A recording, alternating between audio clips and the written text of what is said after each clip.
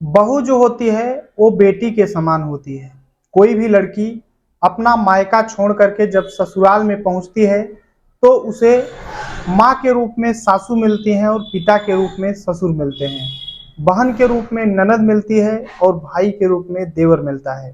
ऐसे ही एक जब लड़की अपने ससुराल पहुंचती है तो उसके पिता रूपी ससुर उसके साथ कुछ ऐसा करते हैं कि आप जब सुनेंगे पूरी कहानी तो वाकई पे सोचने पे मजबूर हो जाएंगे कि आखिर इस दुनिया में किस किस प्रवृत्ति के लोग होते हैं।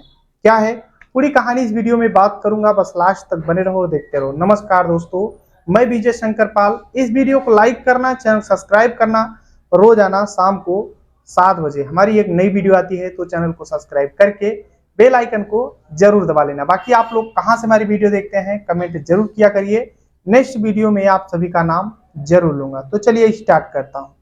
आज की जो सच्ची घटना सुनाने जा रहा हूं यह है झारखंड प्रदेश में धनबाद एक जिला लगता है। यहीं पर एक परिवार रहता है। उस परिवार में जो परिवार के मुखिया होते हैं जिनका नाम बनवारी लाल होता है, जो कि एक निजी स्कूल में टीचर होते हैं, पढ़ाने का काम किया करते हैं। घर में उनकी पत्नी है और एक बेटा है जिसका नाम जिग्रेश है, जो कि अपने माता पिता का इकलौता होता है। जिग्रेश देखने में बेहद हैंडसम होता है, लंबा चौड़ा नौजवान। टाइम बीत रहा होता है लेकिन 2020 में जब कोविड आया था उसी समय बनवारी और उनकी पत्नी दोनों को कोरोना हो जाता है। और जो जिज्ञेस है ये बेहद चिंतित होता है कि मेरी माँ और पिता दोनों इतना बेहद बीमार हैं। और जो जिज्ञेस की माता है यानी बनवारी लाल की जो पत्नी है वो इस दुनिया को छोड़कर चली जाती है। बनवारी लाल की तबीयत धीरे धीरे ठीक होती है, कोरोना से बच जाते हैं। अब जो 3 लोगों का परिवार था अब 2 लोगों का बचा रह गया, यानी बनवारी लाल और उनका जो बेटा है जिगेश। 2 ही लोग घर में रहते थे, खाना बनाने वाला कोई नहीं है।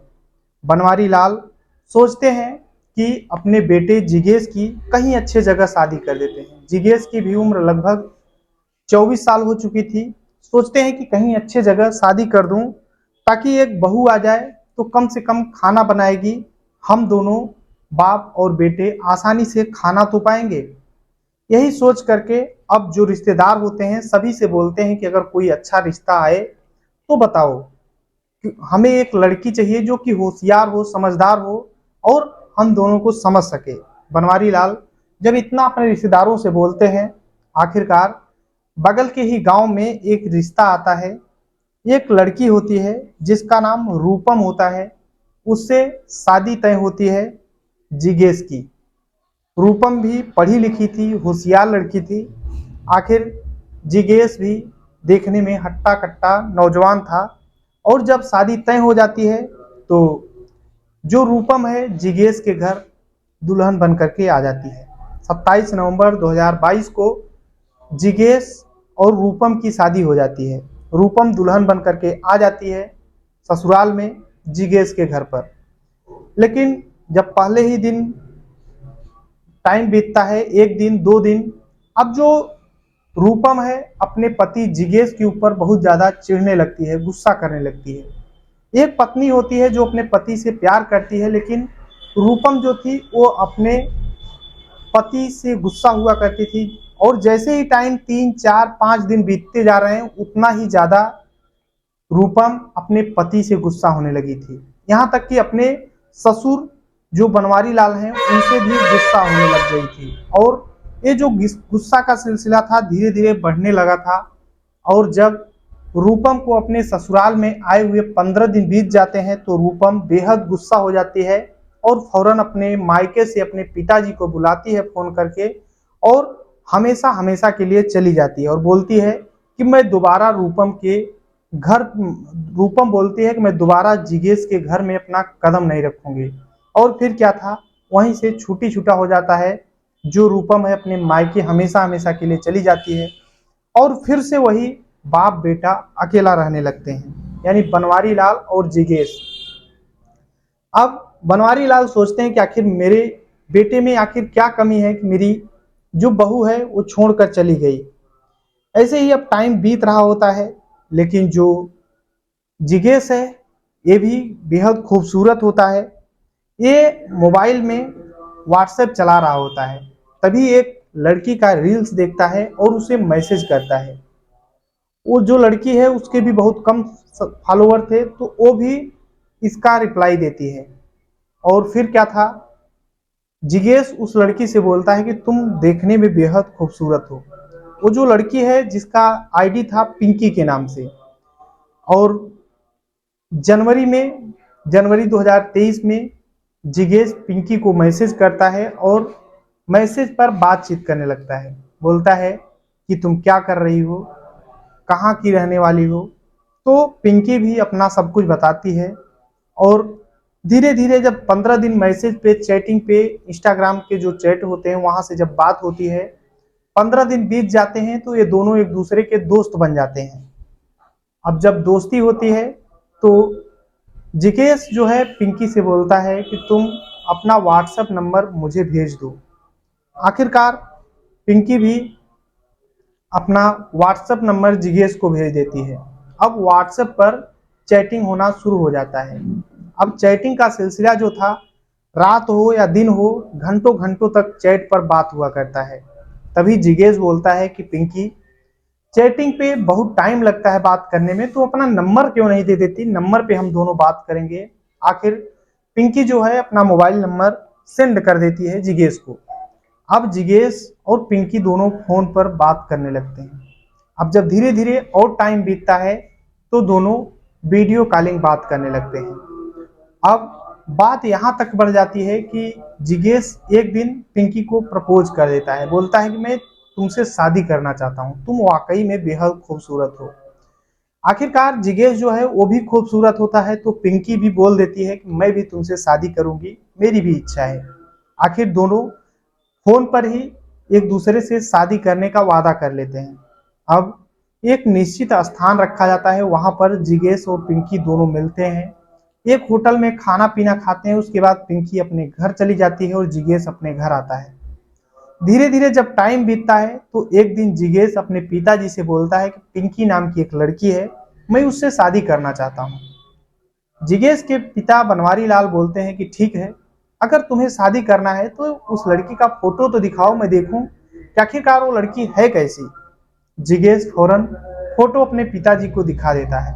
उसके पिताजी देखते हैं तो बोलते हैं, वाकई में तुमने हीरा खोजा है, लड़की वाकई में बहुत खूबसूरत है। आखिरकार शादी तय हो जाती है। जिगेश के पिताजी राजी हो जाते हैं। उधर पिंकी जो है वो भी अपने माता पिता से बात करती है, दोनों की शादी तय हो जाती है। इधर धीरे धीरे अप्रैल 2023 आ जाता है। अप्रैल 2023 में जिगेश और पिंकी की शादी हो जाती है। पिंकी फिर से अब पिंकी जो है जिगेश के यहाँ दुल्हन बनकर आ जाती है।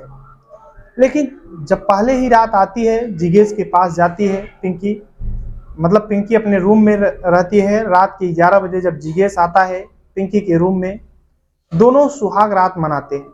लेकिन ऐसा क्या होता है कि पिंकी जो है जिगेश के ऊपर बहुत गुस्सा होती है, नाराज होती है। धीरे धीरे 2-3 दिन जब बीतते हैं तो पिंकी अपने पति जिगेश के ऊपर इतना नाराज होती है, चिढ़ने लगती है उससे और बात करना बंद कर देती है।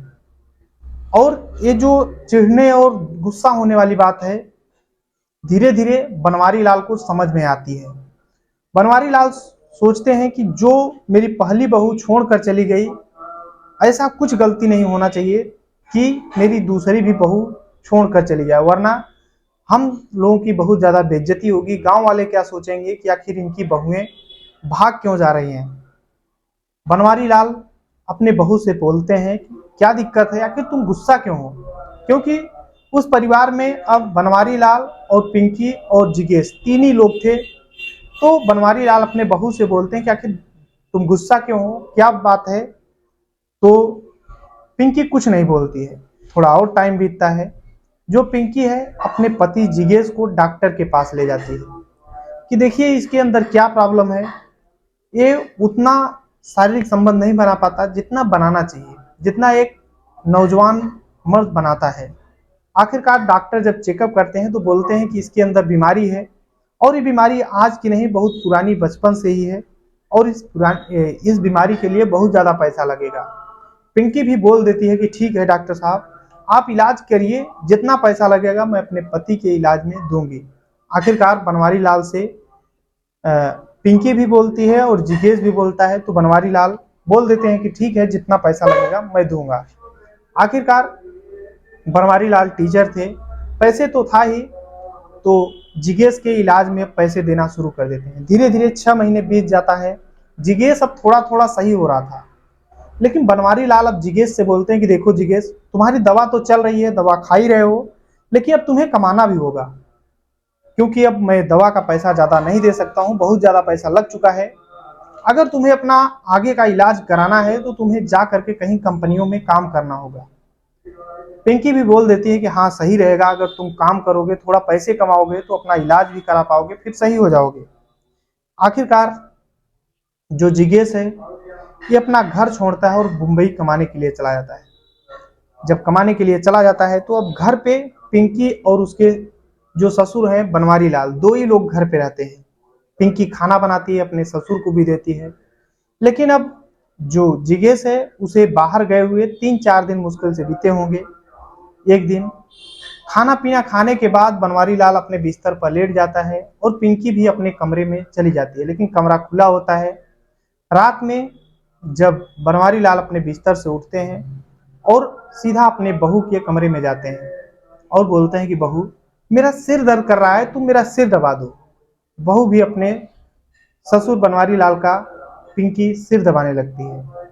तभी बनवारी लाल बोलते हैं कि तुम्हारे हाथ में जादू है, मेरा सिर तुम छू रही हो, उससे मेरा सिर जो है सही हो गया है। और जब इस तरीके से बोल के बनवारी लाल जब हंसते हैं तो पिंकी भी मुस्कुराने लगती है, और जब मुस्कुराती है पिंकी तो बनवारी लाल बोलते हैं कि बहू, तुम वाकई में बहुत खूबसूरत हो, तुम्हें जो ऊपर वाला है बहुत फुर्सत से बनाया है। और जब इस तरीके की बनवारी लाल बोलता है तो पिंकी और ज्यादा खुश होती है और हंसने लगती है। तभी बनवारी लाल अपने बहू को टच करने लगते हैं और देखते ही देखते दोनों एक दूसरे के बाहों में आ जाते हैं। कब शारीरिक संबंध बनते हैं पता ही नहीं चलता है, लेकिन जब एक बार शारीरिक संबंध बनता है तो फिर छूटने का नाम ही नहीं लेता है। जो जिगेश है वो बाहर रहता है। जिगेश बार बार अपने पत्नी के पास और अपने पिताजी के पास फोन करके बोलता है कि मेरा मन नहीं लग रहा है कंपनी में काम करने का, मैं घर आ रहा हूँ। तो उसके पिताजी डांटते हैं कि कमाओगे नहीं तो इलाज कैसे कराओगे, घर पे आकर क्या करोगे। यानी अपने बेटे को डांट करके बाहर भेज देते हैं और खुद अपने बहू के साथ संबंध बनाते हैं। लेकिन अब ये सिलसिला धीरे धीरे 4 से 5 महीने चलने लगता है। जो पिंकी है उसके पेट में एक बच्चा पलने लगता है। धीरे धीरे 6 महीने का बच्चा हो जाता है, और लगभग 7-8 महीने बाद जब जिगेश अपने घर पर रिटर्न वापस आता है तो देखता है कि उसकी जो पत्नी है पिंकी, उसका पेट फूला हुआ है, यानी वो गर्भवती है। तो जब अपने पत्नी से बोलता है कि ये सब क्या है, तो जो पत्नी है उसकी, वो बोलती है कि मेरे पेट में बच्चा पल रहा है। जिगेश बोलता है कि मैं बीमार हूँ, मेरी तबीयत खराब है और मैं बाहर हूँ, तब तुम्हारे पेट में कैसे बच्चा पलने लगा।